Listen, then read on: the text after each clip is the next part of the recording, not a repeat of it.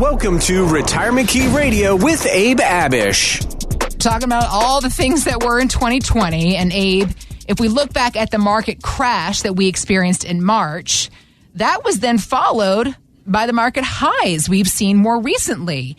It's about a decade's worth of price swings crammed into about half a year's time. And just as some retirement savers overreacted when the market was down, the Motley Fool says some are overreacting now as the market's going back up. So I imagine that these are not uncommon buy-sell patterns, but isn't it better to stick to a plan no matter what's happening with the market, or do we need to ebb and flow and bob and weave a bit? No, we don't want to do that. We want to control what we can control, Heather, and we kind of been preaching that all year long because there's so much uncertainty with the presidency and the vaccines and COVID and all these things that you can just say, you know what, I'm going to put my head in the sand and wait. I'm going to wait until things settle down. No, take control.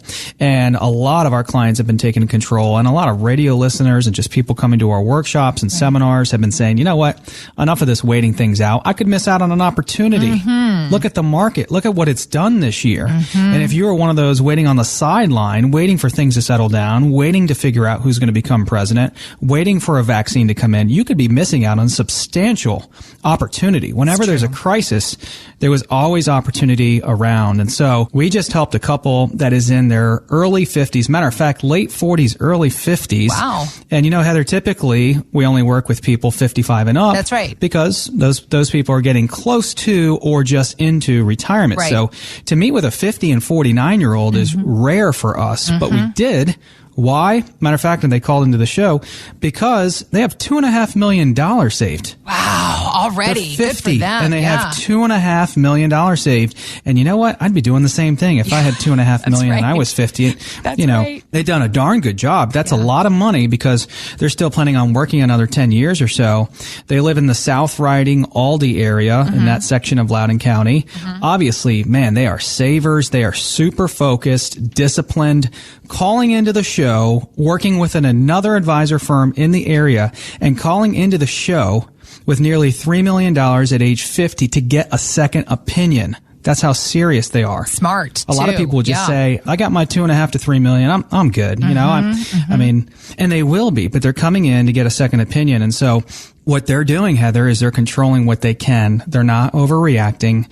Now, in their defense, they do have about 9 or 10 years left to work, which puts them in a fantastic position because they are on the younger side. They have $2.5 million saved, 10 more years of work, 10 more years of maxing out their accounts, 10 more years of hopefully good growth, and they could be in fantastic position. You know, 5 or 6 million or more saved going into their early 60s, which is just a phenomenal job. Yes. So what did they come in to do? They came in to get a plan. 2.5 million saved. They are savers. They are accumulators. But all they had up until the time they came in was an investment plan, a growth plan.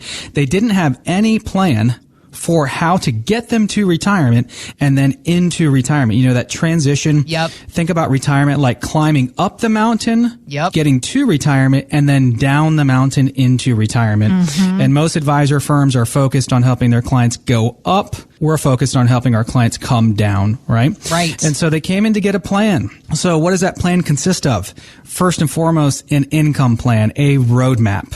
For the first time when our clients come in, they can see where they're going. They can see what they've done. And that gives people a huge sense of relief because they can say, man, I've done a fantastic job, or I need to stay the course and continue to do what I'm doing, or man, I've arrived. I have the money we needed to have saved. Man, and that is such a refreshing conversation when clients come in and they say, I have done the heavy lifting. I have done the work I needed to do. I mean, we say congratulations. You know, that's an awesome thing. You know? So they were proactive, and that's what I encourage every radio listener to be in all facets of your life, whether it's financial, whether it's physical, spiritual. Be proactive about leading and living the best life you can live. And when you do that with your finances, you can sleep better at night knowing you did control what you could control. And it's so important, that proactivity, like you were just talking about. I had a teacher that used to say, proper planning prevents poor performance. And I think I've heard of that one. Yeah, it's an expression your that six can... Ps. That's your 6 Ps. That's it. It can be very well applied to our retirement planning. And I know that that's what you are helping these folks do, and what you can help anybody listening to the program right now do as well. So besides what the markets have been, we got to look a little bit into the future as to what they hopefully maybe could be moving into 2021. We're all wondering what the new year might have in store for us financially. Billionaire investor Byron Wien, he tells CNBC that he's optimistic. I think people are expecting 2021 to be a pretty good year, and that sometime next year, earnings could exceed what they were in 2019. So 2019 was a very good year for most 401k accounts and IRAs. But Abe, are you as optimistic about 2021 as he is?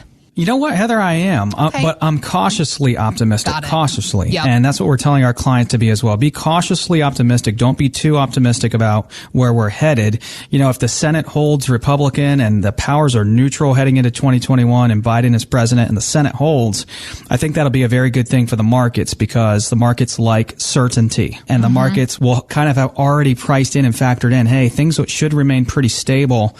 Nothing crazy is going to change, probably. And that could be a recipe for a couple good years of growth, getting back up to where we were earlier in 2020 before COVID and the crazy year that we've had. So I am cautiously optimistic. And we just helped a couple in Leesburg, Virginia. They're 66 years old. They are successful do-it-yourself investors and savers. They are not working with an advisor, but they came in because they're 66, retiring within the next 24 months, $1.8 million saved, and they're ready to turn most of it over. Okay. They want to hold on to a little bit. You know, sometimes, Heather, our clients like to keep a small portion on their own just to keep them busy and kind of play with. But most of the time, our clients will turn it all over, and they're ready to do that. They're concerned with a bunch of things. They're concerned with the markets and where they're headed. They're concerned with long-term care. They are cautiously optimistic. They're not putting their head in the sand. They're not going to be all in cash. They're not going to be all in stocks. They're going to have a combo and a good blend of a very well diversified portfolio. And so they came in, and what we did first with them, and what we do first with all of our clients, is we educate to a decision. We educate them first on all of their options. And as a fiduciary firm, and me being a certified financial fiduciary, part of our code of conduct is to educate first.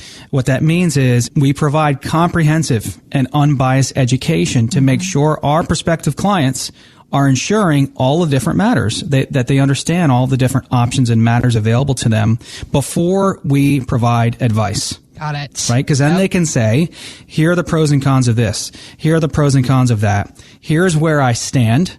Here's where I'd like to be. Abe and the team, can you help us get there? We feel like we've done a good job. 66 years old, retiring in 2 years, $1.8 million saved, a couple of pensions, Social Security. You know what? They're going to be fine unless they do something stupid. Right. So now, well, that's where you come in.